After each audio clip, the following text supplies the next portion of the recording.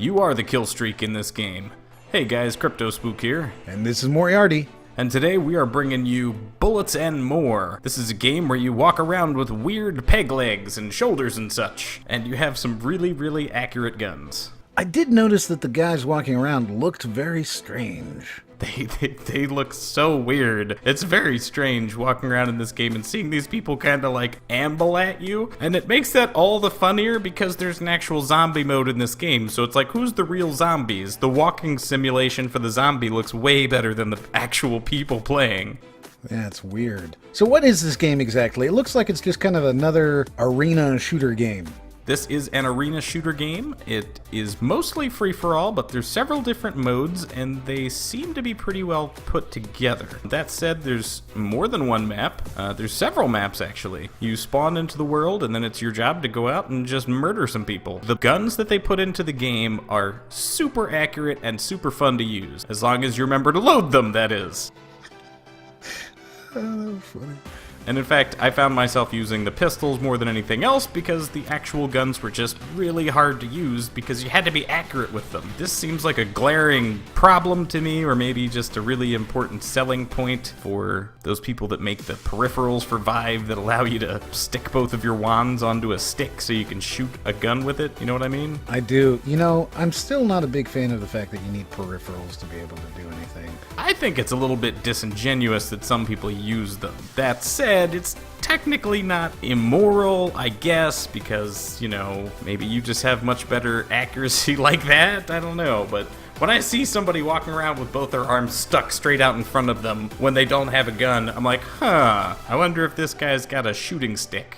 Yeah, good point. So, it's a deathmatch game, though. No, it's not just deathmatch. There's multiple different modes for the game, but I guess Deathmatch is what I wound up playing the most, and it was the one I had the most fun playing because it was pretty hard to differentiate who was an enemy and who wasn't an enemy. So what other kind of game modes are there then? There's Team Deathmatch, and there is Zombie Slaying Express, I guess, where you just, I don't know, I mean, I'm pretty sure you can still kill humans as well, but the zombies are going to kill you too, so, I mean, I guess that still makes it a free-for-all, doesn't it? All right, so it's basically, deathmatch. It's deathmatch, yeah.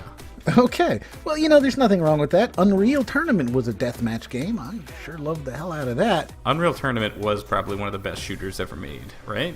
It was fantastic. Especially for back in the day. Oh man, fantastic. You know what's really funny? Headshot. One of those random interesting things about Unreal Tournament is that in the Unreal games, the cars in the driving mode were done by the team that eventually made Rocket League. Really?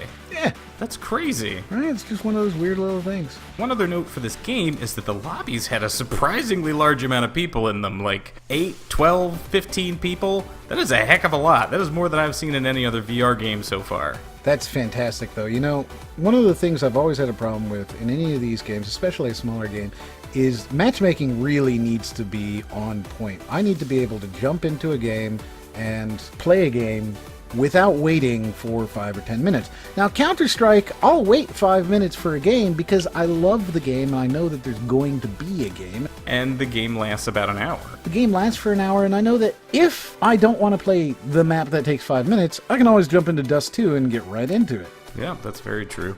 So, the same standard complaint. Or I can play against bots. Oh yeah, you could play against bots. I don't know that that's an option in this game, but I will also say that one of the issues that I have with this and almost every other VR shooter so far was the slow locomotion speed. I mean, I guess that could technically be a non-issue for some people, but I'm using trackpad movement, and I'm pretty sure everybody else was too, and I felt like my movement speed is too slow. Like, a lot of the shooters that you traditionally play with a mouse and keyboard, you are much faster. And I know that in person, if I had I played the crap out of some laser tag, and I do not walk this slow. Good point. Laser Quest, man. Definitely running around a lot. Absolutely. I mean, I will destroy some people at some Laser Quest. There is party voice for everybody in the lobby, which I guess could be a good or a bad thing, your choice. Yeah, that's true. You know, that's one of the... I hate to keep going back to Counter-Strike, but that's one of the reasons why they took out lobby voice. Game voice was because of how incredibly toxic people are. Oh my. Oh my.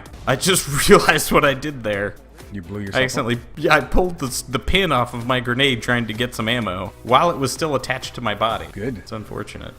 Oh, I did it again! Oh no! You should not be able to do that on your belt. No, you shouldn't. I could not figure out how to get the grenades off of my person. That's pretty funny, though. So that's one way to look at it. I'd like to think that developers at least consider watching somebody play their game at least one time. Because I feel like this right here is something that if we found it in 30 minutes... I think that this is something that it's because you're in this room, you can't pull the pin out. But it does seem very strange, and it had me boggled for a good 30 seconds. You can also shoot many, many, many different weapons in this game. There's leaderboards for all of them, and I had a great time just playing with those. I actually probably spent more time playing on the target range than I did playing the game itself. Well, I think this looks interesting. I'm not sure that I'm necessarily going to jump into it right away. It's not really my style of game, but you know that. Yeah. It's something that I'd try. It's probably not something that's going to be a go-to for me, but it is definitely one of the more interesting ones like this that we've seen. Of all the ones we've looked at, this is probably the most interesting one. Certainly better than Onward to me. I would have to agree. Having played Onward, I've played a lot of different shooters. This one is more fun than Onward because there's a lot of different variety that's going on here, and there's a lot of different stuff going on. This is kind of like a laser tag kind of game. You know what I mean? Yeah. Or I guess Unreal is probably the best way to put that. I do like how quickly you're able to get into a game. That's a big thing for me. I want to be able to jump in and play.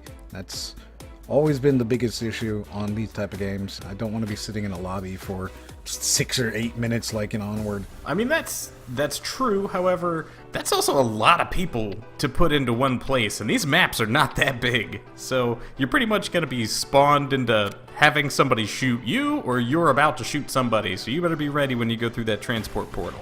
I'm okay with that. I'm alright with that. So there you go, guys. That's Bullets and more. And also more. And more than that. There's more somewhere, I assume. There's also more. If you like it, like it. If you don't like it, don't like it. Leave me a comment. Let me know what you think. Have you played this game? Would you play this game? Does it look cool? Do you think that the walking animation is just a little too freaky? Don't forget to subscribe. Check out the Patreon. And as always, we'll see you on the next one.